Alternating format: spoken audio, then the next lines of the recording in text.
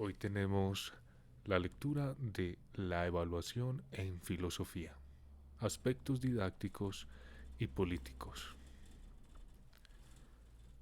Esto es de Alejandro Cerletti. Resumen.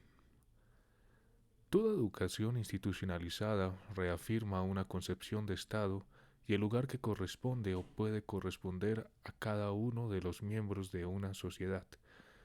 La integración progresiva de dichos miembros desde su infancia es realizada de acuerdo con un conjunto de prescripciones y normativas que son las dominantes y que intentan garantizar que lo que hay se mantenga o se modifique de una manera permitida o tolerada. La posibilidad de reproducción de las sociedades se dirime en el sostenimiento de un vínculo cultural, en tanto difusión de las tradiciones, las costumbres, las prácticas sociales o los saberes establecidos, pero también y fundamentalmente político, en cuanto reaseguro del lazo social constituido. La evaluación es un procedimiento de normalización que fusiona prescripciones políticas, culturales y pedagógicas. Constituye una forma de ubicar a cada uno dentro de un orden normal de distribución de lugares a partir de la ponderación de los saberes y las prácticas y de administrar los posibles cambios de lugar. En este trabajo se revisarán los supuestos políticos y pedagógicos que suelen sostener el acto de la evaluación en el caso particular de la enseñanza institucionalizada de la filosofía. Se comentarán, asimismo, algunas perspectivas que permitan visualizar una dimensión creativa de la enseñanza de la filosofía y su evaluación, que otorgue un lugar activo a los sujetos del aprendizaje, desde un punto de vista individual y colectivo. Aquí tenemos las palabras claves. Ok. Toda educación institucionalizada supone una concepción de Estado y el lugar que corresponde o puede corresponder a cada uno de los miembros de una sociedad. La integración progresiva de dichos miembros desde su infancia es realizada según un conjunto de prescripciones y normativas que son las dominantes y que intentan garantizar el mantenimiento del estado de las cosas o su modificación de acuerdo a opciones formalmente permitidas o toleradas. La posibilidad de reproducción de las sociedades se dirime en el sostenimiento de un vínculo cultural, en tanto difusión de las tradiciones, las costumbres, las prácticas sociales o los saberes establecidos, pero también y fundamentalmente político, en cuanto reaseguro del lazo social constituido. La evaluación educativa es un procedimiento de normalización. Ok, parece que se repite. Aquí está. En este artículo se revisarán los supuestos políticos y pedagógicos que suelen sostener el acto de evaluar, especialmente en los ámbitos escolares, y se remarcará el caso particular de la enseñanza institucionalizada de la filosofía. Se comentarán, asimismo, algunas perspectivas que permitan visualizar una dimensión creativa de la enseñanza de la filosofía y su evaluación, que otorgue un lugar activo a los sujetos del aprendizaje desde un punto de vista tanto individual como colectivo. La evaluación tiene múltiples aspectos y dimensiones. A los efectos del ordenamiento de este trabajo, nos ocuparemos, en primer lugar, de manera genérica, de sus aspectos políticos y, en segunda instancia y consecuentemente, de los filosóficos didácticos. En nuestras sociedades contemporáneas, la educación se ha desarrollado alrededor de un punto de tensión que es constitutivo. Por un lado, pretende preservar un estado de cosas, que es el estado de cosas dominantes de esa sociedad, y por otro, promover el pensamiento autónomo, la independencia del criterio, la creatividad, etc. Es decir, por un lado se promueve la formación de un sujeto libre a través de la adquisición de conocimientos y el desarrollo de un pensar crítico, y por otro, se aspira a que ese mismo sujeto sea gobernable, por ejemplo, a través de la conformación de un ciudadano razonable, respetuoso de las normas. Se pretende el despliegue de las personalidades en libertad y al mismo tiempo se procura la transmisión de la cultura y los valores dominantes. Más específicamente, esta tensión es reflejada en la necesidad institucional de constatación y control de lo que se aprende, frente a la circulación espontánea de saberes y prácticas en general, pero muy particularmente en las escuelas. O más aún, entre lo que supuestamente enseña la institución y lo que efectivamente se aprende en ella. Se sostiene por un lado la conformación de ciudadanos adaptables al sistema vigente a través de la transmisión de ciertos conocimientos y por otro su subjetivación novedosa o creativa. Ambos constituirán los polos entre los que se juega el destino de toda educación institucionalizada.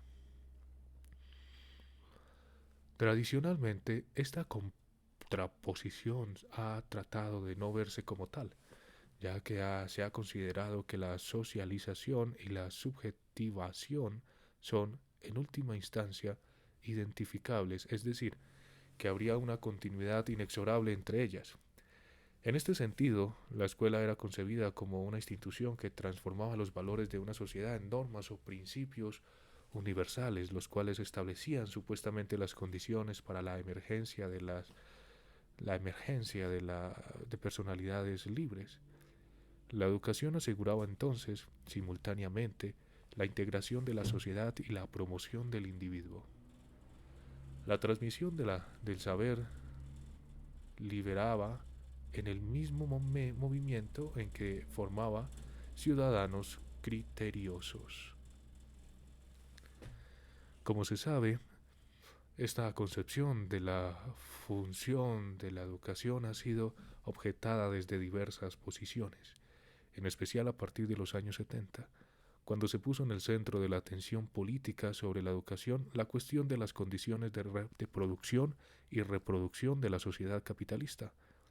En ella, el sistema educativo, se decía, cumpliría una función decisiva en la constitución de la subjetividad, contribuyendo a formar o consolidando el orden social imperante. Aquellas posiciones fueron agrupadas y caracterizadas con el nombre simplificador de reproductivistas. Esta perspectiva crítica, que ocupó un lugar importante en los debates educativos y pedagógicos de años atrás, hoy se ha ido hoy se ha ido formando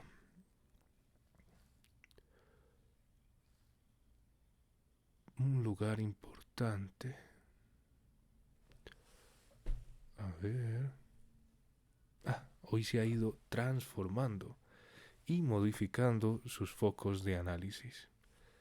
Repito, esta perspectiva crítica, que ocupó un lugar importante en los debates educativos y pedagógicos de años atrás, hoy se ha ido transformando y modificando sus focos de análisis. Este desplazamiento se debió en gran medida a las diversas críticas de que fuera objeto y del progresivo surgimiento de otros planteos que, de diferente modo, fueron reintroduciendo la importancia y la necesidad de la participación de los sujetos en la dinámica social escolar, o destacando la función de la educación no como mera reproductora, sino como potencial compensadora de desigualdades, etc. No podríamos en este trabajo abordar el estado actual de esas cuestiones, ya que supondría revisar con cuidado los conceptos de equidad, justicia, etc. De lo que se ha hecho últimamente un gran uso y también abuso, pero sí mencionar que cualquier análisis de la evaluación en el sistema educativo formal, hecho desde un punto de vista político, debe inscribirse en este cuadro general, y que la idea de la tensión que soportaba toda institución educativa entre la repetición de lo que existe y la posibilidad de surgimiento de alternativas o construcciones diferentes es algo permanente y constitutivo. Más allá del análisis didáctico usual de las evaluaciones propias de los ámbitos escolares, como sumativas o formativas, de resultados o de procesos, etc., la evaluación en su sentido genérico cumple una función estratégica en la conformación de un estado de cosas y en la legitimización y administración de sus eventuales cambios. Podría decirse que es inevitable en cualquier sistema que, como todos, pretende persistir que su organización educativa le es funcional y que por lo tanto cualquier novedad o creación debe tener que ser regulada y normalizada. Es posible, pero justamente lo que se nos presenta como inevitable merece ser revisado con atención. No se trata de que podamos analizar las tensiones que hemos mencionado, porque en definitiva constituyen las paradojas en las que se asienta toda educación institucionalizada. Mencionaremos, en primer lugar, algunos supuestos del sentido de la evaluación, analizada desde un punto de vista político, esto es, las condiciones en las que las instituciones educativas evalúan y por lo tanto la dotan de un significado particular. En la actualidad, la preferencia principal sobre la función política de la escuela es la formación de ciudadanía. La educación sostiene una voluntad política estatal que consiste en formar ciudadanos. Ahora bien, la ciudadanía a la cual la escuela estaría contribuyendo básicamente no es, por cierto, algo definible unívocamente. De hecho, la misma expresión puede referirse al ámbito de la polis griega, del derecho romano, la Revolución Francesa o la Constitución estadounidense. Hoy en día la significación de la ciudadanía está inscripta, más allá de declaraciones abstractas, bajo la impronta del capitalismo contemporáneo y sustentada teóricamente en diferentes conceptos del liberalismo, en su amplio espectro. Su horizonte de sentido se juega en esos límites y las sociedades capitalistas ponderan el éxito personal, la competencia, la acumulación de bienes, el triunfo individual, etc. Estos son sus valores dominantes. Los jóvenes que transitan nuestras instituciones escolares viven este mundo, que de manera consecuente los dispone a competir para su subsistencia en el mercado de trabajo, en los estudios, etc., y a esforzarse por triunfar, entre comillas. Deben esforzarse para lograr, de acuerdo a sus méritos, mejores lugares en la escala laboral y un mejor posicionamiento en sus vidas. Se suele considerar que la escuela debe dar posibilidades, ofreciendo herramientas o competencias para un acceso justo a esa carrera de la vida. Debe hacerse eco no de la igualdad, sino más bien de la igualdad de oportunidades, que es justamente lo que pregona el mercado libre, el libre mercado. La igualdad de oportunidades supondría, para el mundo laboral y social, que cada uno se va a diferenciar por lo que realmente vale, y no por su estimación de origen, y lo que cada uno vale debería ser el resultado del mérito, el talento o el esfuerzo, y no del destino de clase, de género, de etnia. Esta diferenciación permite justificar de manera circular uno de los pilares del pensamiento liberal, que los que acceden a los mayores trabajos o a los mejores posicionamientos de la sociedad lo harían por sus propios méritos o esfuerzo, y sería la educación quien brindaría la oportunidad de trepar individualmente en la escala social a aquellos que arrancan desde abajo. La igualdad de oportunidades pone de relieve y a su vez da lugar a las desigualdades legitimadas, que son justamente las de la capacidad, el talento, el esfuerzo o el mérito, que pasan a ser las llaves del crecimiento, entendido este de manera primordial como crecimiento individual. Vivimos entonces en una sociedad meritocrática, competitiva, de ganadores y de perdedores, y laboralmente jerarquizada, en la que hay trabajos mejores y peores. Se da por obvia e inevitable la división social del trabajo. El mundo en el que vivimos naturaliza el hecho de que haya trabajos peores, entre comillas, de que de todos modos alguien debe realizar, que de todos modos alguien tiene que realizar para que esta sociedad funcione. Y lo que naturaliza más específicamente es la consideración de que los que acceden a los mejores trabajos o padecen los peores, en el fondo se lo merecen, porque todos supuestamente tendrían iguales oportunidades, o podrían tenerlas si tienen éxito, por ejemplo, las políticas compensatorias, y estaría en cada uno saber aprovecharlas.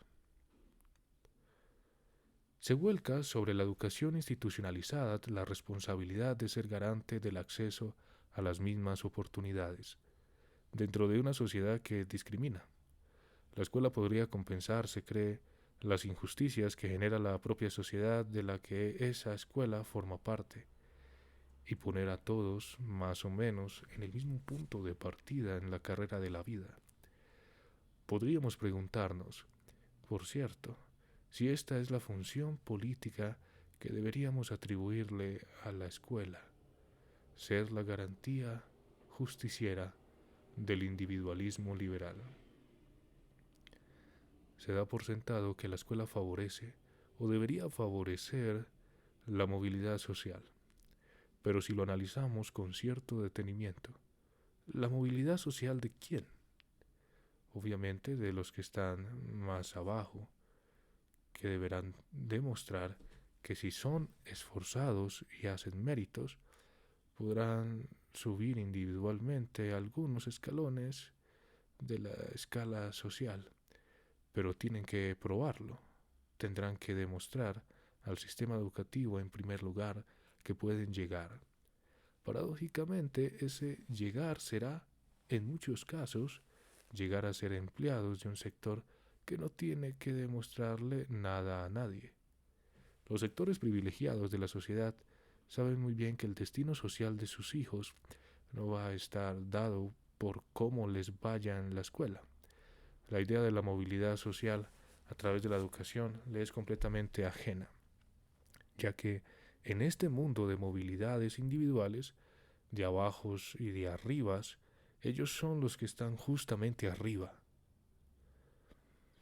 Llegados a este punto, parece entonces que la evaluación podría adquirir diferentes sentidos entre los evaluados, de acuerdo a cuál sería el origen social, pero también cultural, étnico, etc.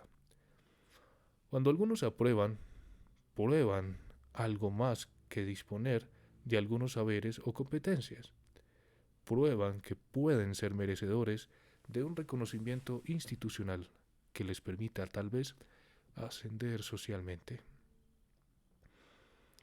Esta superposición de la evaluación con la necesidad de demostración introduce otra cuestión que merece revisarse, sobre todo porque hace manifiesta una dimensión funcional de la actividad de maestros y profesores, que no siempre se tiene en cuenta.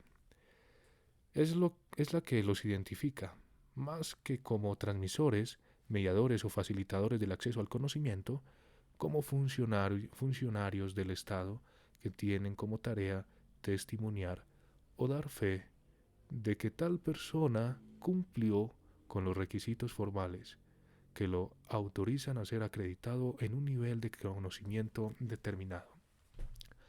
La acreditación tiene a su vez un supuesto político pedagógico no menor, que alcanza una dimensión moral. Supone que la palabra del otro no debe ser simplemente expresada, sino probada. Y si no hay algún tipo de prueba instituida, esa palabra no tiene valor. Podríamos decir, sin forzar demasiado las cosas, que la esencia del concepto de evaluación contiene el germen de la desconfianza. La desconfianza sería algo así como la hipótesis sobre la que se construye la posibilidad de transmisión institucional del saber, ya que todo aprendizaje debe ser constatado. Esto significa que ningún evaluador puede admitir sin más la palabra del evaluado, sino que, como bien sabemos, el evaluado debe rendir cuentas de sus afirmaciones, debe probar lo que dice o hace. La educación institucionalizada anula la posibilidad de una afirmación que debería ser esencial en todo aprendizaje que comprometiera íntimamente al que aprende. Anula la posibilidad de afirmar yo aprendí lo que quería saber o yo ya aprendí. Y la anula porque se supone que el que aprende no está en condiciones de decidir eso. Hay una interrupción subjetiva en la continuidad establecida de la transmisión de conocimientos que no es tenida en cuenta. La palabra de ese yo que habla en primera persona y que enuncia su vínculo personal con los conocimientos no es admitida. No puede ser admitida diciendo eso. La institución le exige a quien dice haber aprendido que demuestre que aprendió y eso que aprendió será, obviamente, lo que la institución quiere que aprenda. De lo contrario, no será posible la acreditación. ¿Y quién determina, en última instancia, que alguien haya aprendido? Que alguien haya aprendido es el que asume el rol estatuido del que enseña. Es como sostuvimos quien opera como promotor y testigo del aprendizaje y da fe de ello. Es decir, la relación subjetiva con el saber, esto es lo que alguien sabe o no, está determinada en última instancia por la decisión del otro, el profesor. Y esto tiene algo de paradójico. La relación personal que establece alguien con el conocimiento o con un saber se aprende a que la regule el otro. La subjetivación, producto del vínculo con nuevos conocimientos, no es sostenida en última instancia en uno mismo. La relación más íntima que establece uno con los saberes, que es la apropiación de los nuevos saberes, la termina estableciendo un tercero, que es el que tiene la función de legitimarla, acreditándola. Toda evaluación es, en mayor o menor medida, un procedimiento de normalización. Es una forma de ubicar a cada uno dentro de un orden normal de distribución de lugares y de administrar las posibles alteraciones de dichas distribuciones. La educación compara permanentemente en los estudiantes la magnitud de su diferenciación. Cuando se evalúa, se discrimina no solo respecto de un saber adquirido o no, sino respecto de cada uno de los que aprenden, en el contexto particular de ese aprendizaje y respecto del sistema en general. La evaluación tiene entonces una implicancia política central, que atraviesa su dimensión didáctica o pedagógica. La evaluación otorga una dimensión social al resultado de una prueba individual o una interrogación personal. La evaluación no solo juzga una tarea asignada, sino que ubica a quien posea o no los conocimientos requeridos en un lugar del sistema educativo. Y el sistema educativo, independientemente de su ocasional orientación gubernamental, y la escuela en particular, es, en definitiva, uno de los aparatos ideológicos del Estado, quizás el más significativo. Esto quiere decir que las escuelas no podrían generar, al menos sustancialmente, una contrasubjetividad respecto de los valores dominantes de las sociedades en las que están insertas. Por eso, la evaluación no puede desprenderse de las significaciones que le otorga una sociedad competitiva y meritocrática. No nos detendremos en los aspectos técnico-didácticos de la evaluación en general, ni en analizar o prescribir instrumentos para evaluar, sino que nos ocuparemos en adelante del sentido que adquiere la evaluación en filosofía a la luz de lo que aquí está señalado, intentando vislumbrar su dimensión política y cotejando sus consecuencias didácticas. La evaluación en la enseñanza o en la educación consolida su dimensión política, paradigmáticamente cuando la educación se institucionaliza, es decir, cuando una institución debe medir la eficacia y la eficiencia del trabajo de enseñar o de educar. La enseñanza y la evaluación en filosofía se inscriben dentro de esta lógica de institucionalidad que, de acuerdo al caso, asume diversos procedimientos de control generales y específicos. Recordemos que desde sus comienzos, la actividad de enseñanza o transmisión de la filosofía ha estado estrechamente ligada al desarrollo de la filosofía misma. Enseñar o transmitir una filosofía ha sido el objeto originario de distintas escuelas filosóficas y también de la actividad de muchos filósofos. Podríamos decir, grosso modo, que a partir de la modernidad y de las diversas formas de institucionalización de la enseñanza de la filosofía, la cuestión comienza a adquirir su fisonomía actual. La filosofía ingresa en los sistemas educativos y, por lo tanto, empieza a ocupar un lugar de mayor o menor importancia en los programas oficiales. La enseñanza de la filosofía adquiere, por lo tanto, una connotación estatal. Los maestros o profesores ya no transmiten una filosofía o su filosofía, sino que enseñan la asignatura filosofía u otras afines filosóficas, y lo hacen más allá del grado de libertad que tengan para ejercer dicha actividad, de acuerdo a los contenidos, criterios establecidos en los planes oficiales y en las instituciones habilitadas a tal efecto. El sentido de enseñar filosofía, entre comillas, queda redefinido, entonces, por el sentido institucional que se otorga a esa enseñanza. En este contexto, la evaluación no puede dejar de ser también una evaluación institucional. Cuando se hace mención a evaluar en filosofía, lo que surge en primera instancia es la evaluación en su dimensión, llamémosle en principio técnica o técnico-didáctica, para distinguirla de la dimensión política o social que hemos indicado con anterioridad. Esta dimensión o perspectiva es, por cierto, común a la evaluación de cualquier saber o de cualquier actividad. Es lo común de evaluar un aprendizaje en geografía, natación o música.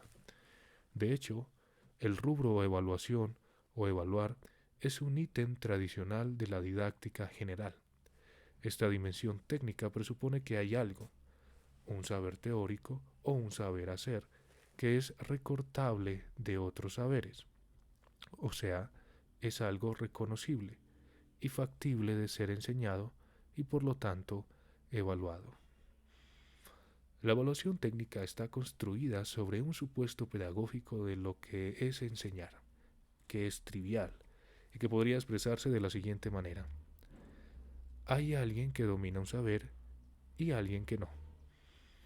El que sabe se lo transmite a través de diversas técnicas al que no sabe y luego verifica que esa transferencia se haya realizado.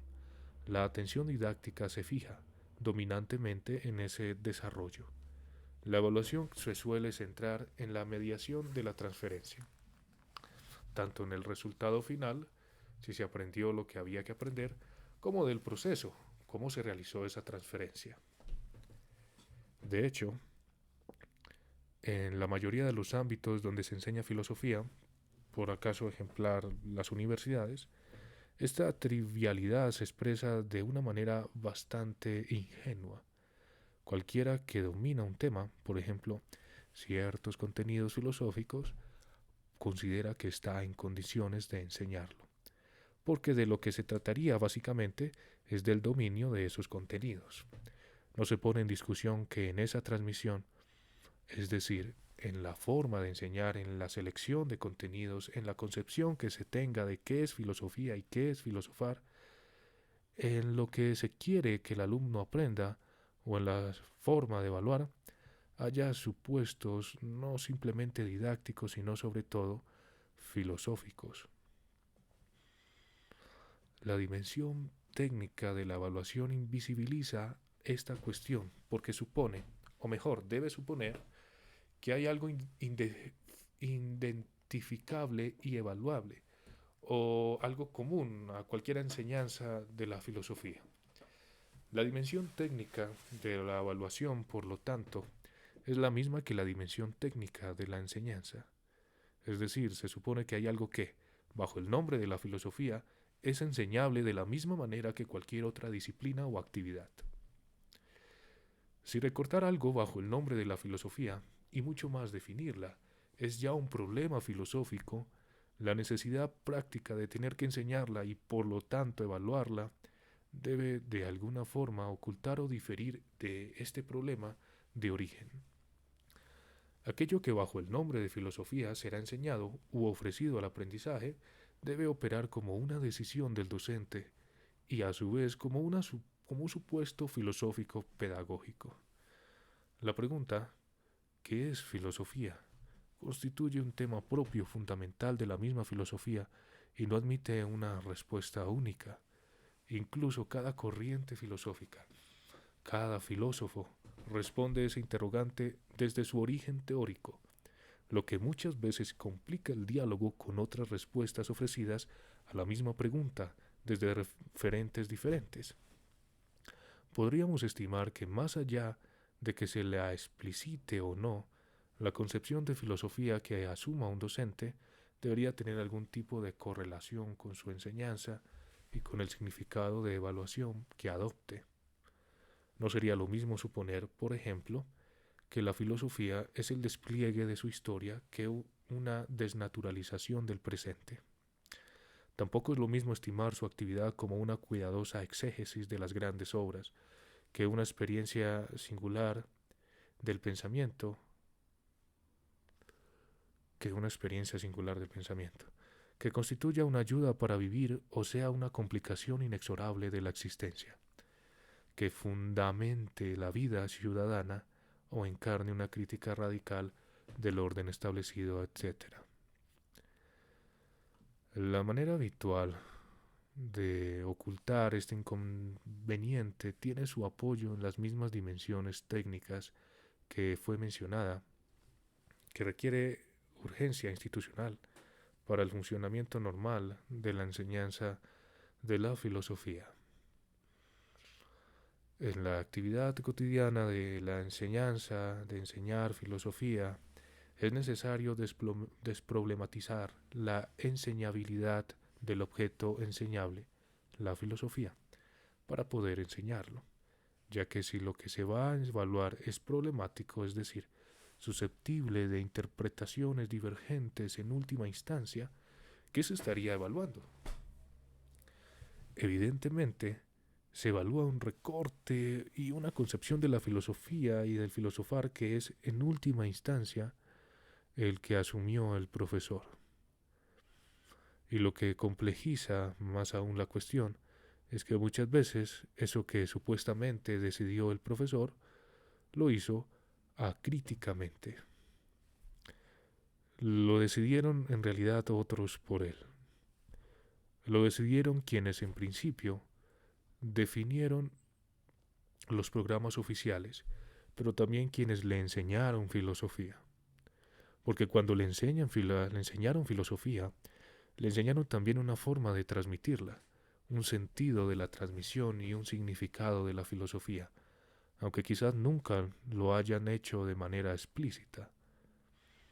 Fueron los supuestos pedagógicos filosóficos de esa enseñanza. Y decimos que aquella decisión es acrítica porque rara vez, a lo largo de la práctica docente, se vuelve reflexivamente sobre esta cuestión. Sí es deseable que los estudiantes de filosofía no solo repitan los contenidos tradicionales de la filosofía, sino que en alguna medida se los apropien, esto es, que hagan propios los interrogantes filosóficos que los recreen y sientan necesidad de respuestas, o lo que es lo mismo, si se pretende que los alumnos se inicien en filosofar, entonces la enseñanza, y coherentemente su evaluación, deberá estar orientada en ese sentido. Por cierto, filosofar no es meramente dominar algunas habilidades argumentativas. Esto sería más bien una propedéutica del filosofar, o una condición de posibilidad, como de hecho lo sería de cualquier pensar crítico en general. Filosofar implica una intervención subjetiva de quien construye o reconstruye problemas filosóficos.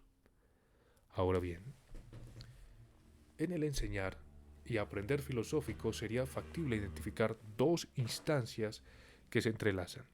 Una instancia podría llamarse objetiva, la información histórica, las fuentes filosóficas, los textos de comentaristas, etc. Y otra fuente subjetiva, la novedad de aportar el que filósofa, la novedad que aporta el que filósofa. Esto es su apropiación de las fuentes, su recreación de los problemas, su lectura del pasado, etc. Que ambas instancias estén entrelazadas significa que el filosofar es una construcción compleja en la que cada filósofo, o también cada aprendiz de filósofo, incide singularmente en aquello que hay que filosofar. Podemos decir que, en sentido estricto, de eso se trata de pensar. Se trata del pensar, intervenir en una manera original en los saberes establecidos de un campo. Quien filosofa pensará los problemas de su mundo en, desde o contra una filosofía. Queda claro que, entonces, que enseñar filosofía no significa trasladar los saberes tradicionales de la filosofía por mediación de un profesor a un alumno. El filosofar, es decir, la filosofía en acto, desborda este plano de la simple repetición. Una enseñanza de la filosofía será filosófica en la medida en que aquellos saberes son revisados en el contexto de una clase. Esto es, cuando se filosofa a partir de ellos o con ellos, y no cuando solo se los repite histórica o filológicamente. La enseñanza de la filosofía muestra entonces esas dos instancias entrelazadas.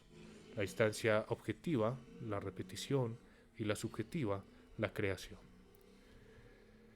Si forzáramos la separación de estas dos instancias, reconoceríamos sin dificultad que la llamada enseñanza tradicional se ha agotado en la primera de ellas, en la repetición. De hecho, es lo que resulta más fácil constatar en una evaluación. Por ejemplo, alguna información sobre historia de la filosofía, la adquisición de algunas técnicas de argumentación, etc.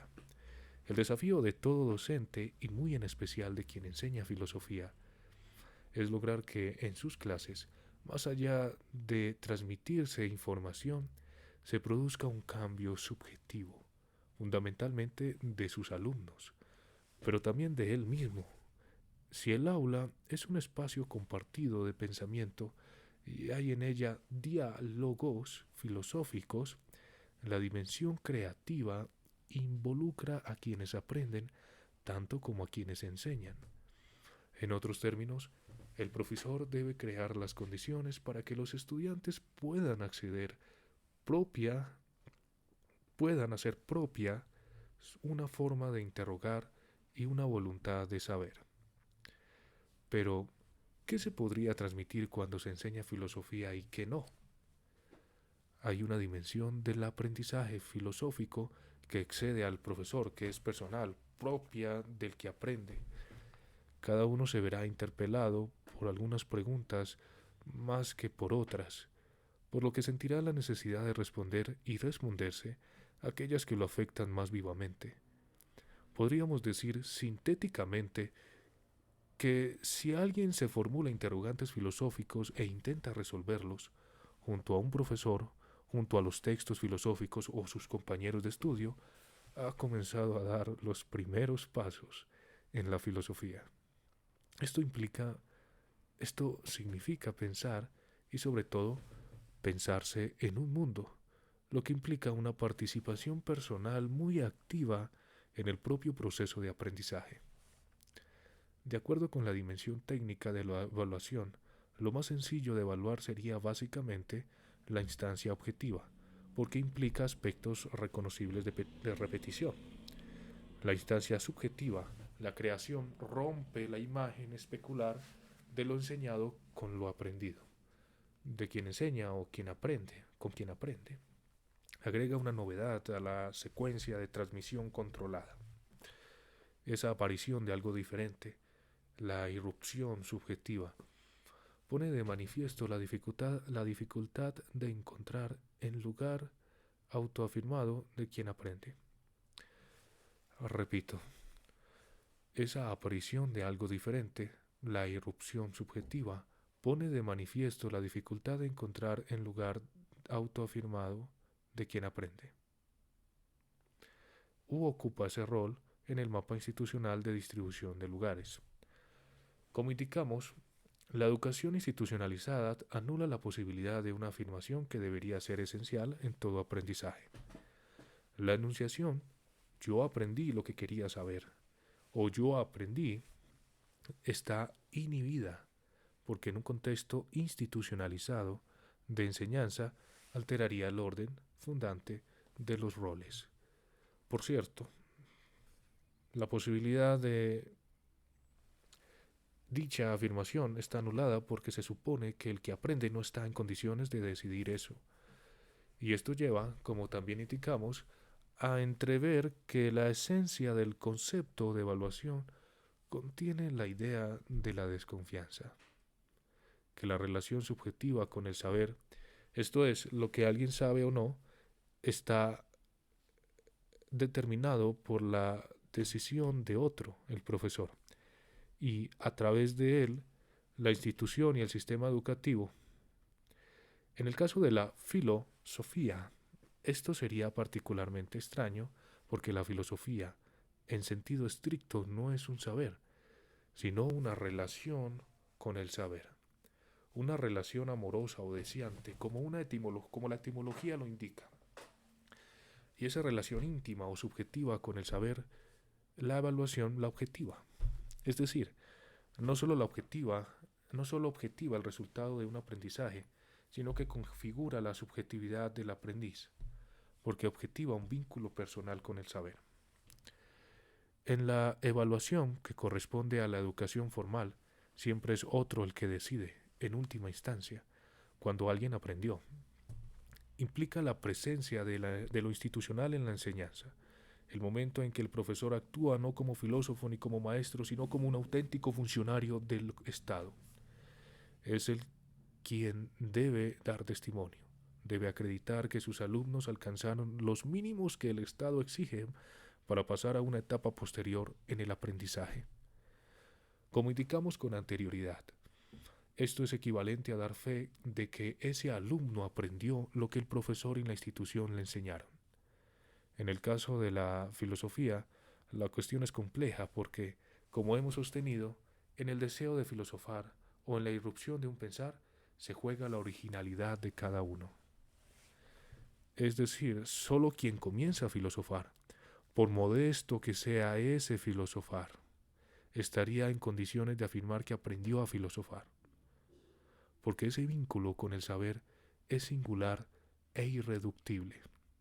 No es posible juzgar y aún menos medir ese amar o desear el saber. Por supuesto, como indicamos, lo que puede hacer un profesor, y de hecho es lo que hace en cualquier examen, es constatar la posesión de alguna información sobre la historia de la filosofía o la adquisición de algunas habilidades argumentativas. Pero en un sentido estricto, solo el que aprende filosofía podría decir aprendí. Solo él podría ser la medida real de su aprendizaje filosófico, ya que cualquier cambio real supone una transformación subjetiva. Poder pensar en el sentido en que lo hemos caracterizado a partir de ciertos saberes implica pensarse también de manera diferente frente a esos saberes. Pero para que la medida de un aprendizaje sea fundamentalmente la autoconciencia de quien aprende, habría que partir de una confianza en el otro, que ninguna educación tutelada por el Estado estaría en condiciones de aceptar, porque perdería no solo el poder de control, sino también capacidad instituyente.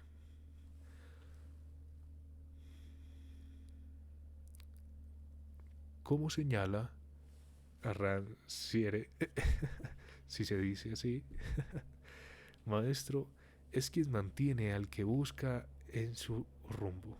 Repito, maestro es quien mantiene al que busca en su rumbo, en su camino personal de búsqueda, no el que dice lo que hay que pensar y hacer.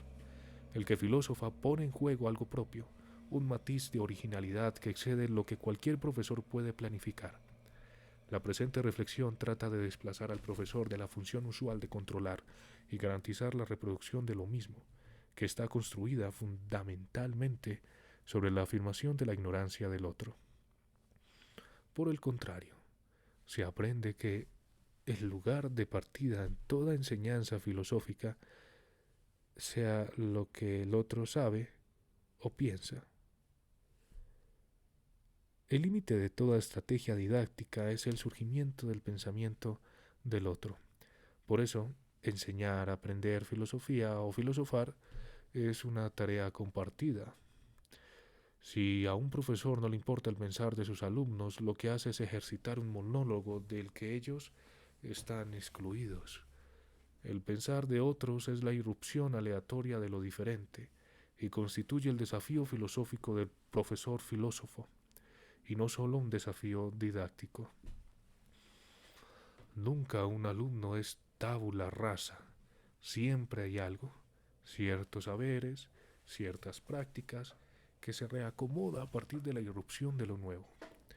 Ese reacomodamiento resignifica los saberes que se poseían. Es, por lo tanto, una composición subjetiva.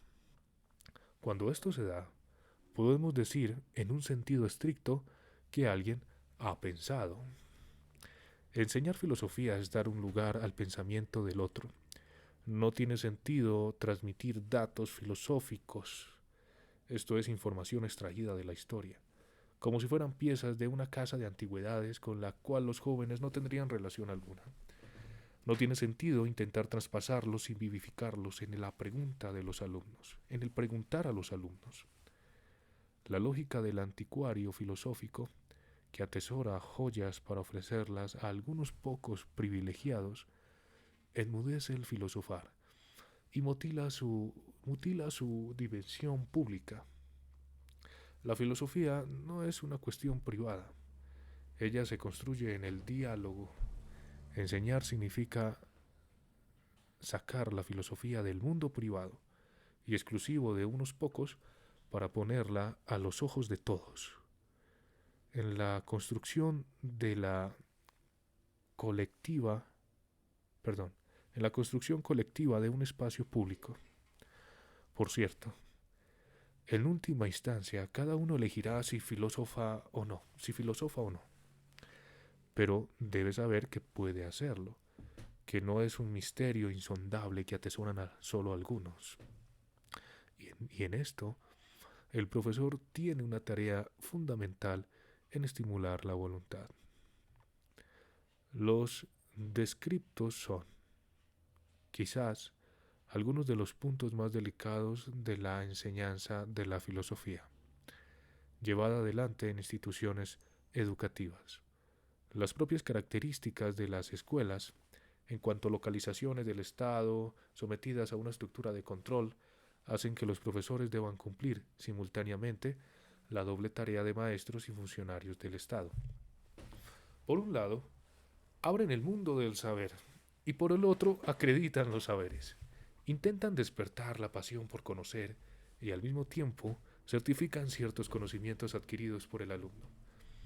La filosofía desde su origen se ha ubicado incómodamente en este lugar. Los profesores de filosofía ocupan el difícil lugar de la transmisión, la provocación y la invitación.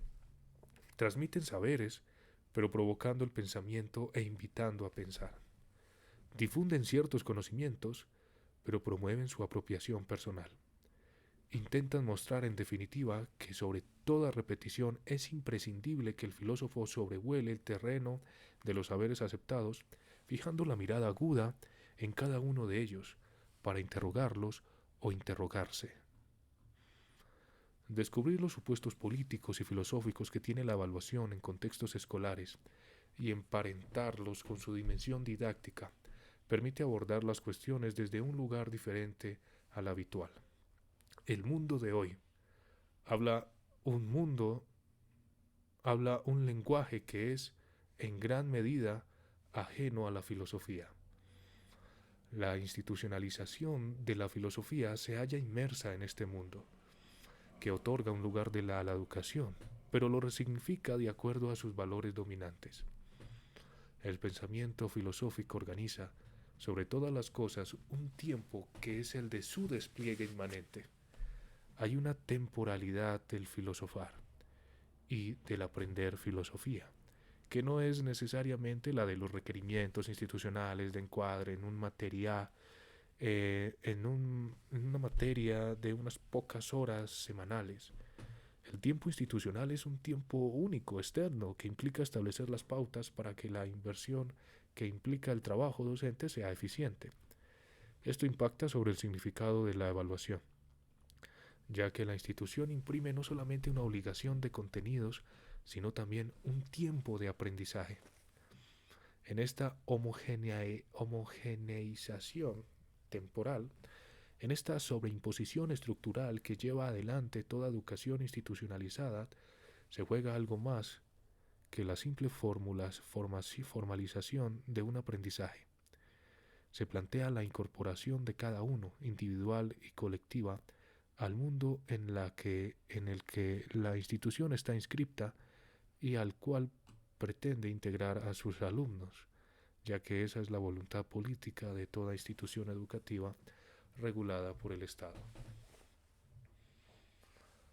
La evaluación de cualquier curso de filosofía debería incluir indispensablemente la autoevaluación de quienes participan en él, esto es, de los alumnos, pero también y sobre todo de los profesores, quienes construyeron o intentaron hacerlo un diálogo filosófico en un aula de filosofía deben volver sobre él para reflexionar sobre el camino recorrido y lo común que van construyendo encuentro tras encuentro.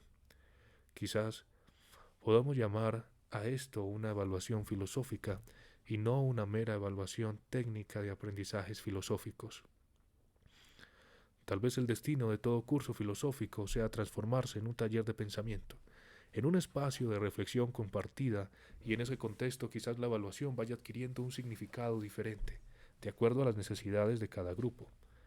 Si bien no hemos llegado a conclusiones definitivas, difícilmente las pudiera ver en este tema, no está mal revisar de vez en cuando la enseñanza institucional de la filosofía desde un punto de vista problemático y sobre todo volver sobre algunas de las paradojas que le dan sentido y que debemos disimular para que justamente la filosofía sea posible. Este ha sido todo el documento, gran documento, acerca de la evaluación en filosofía.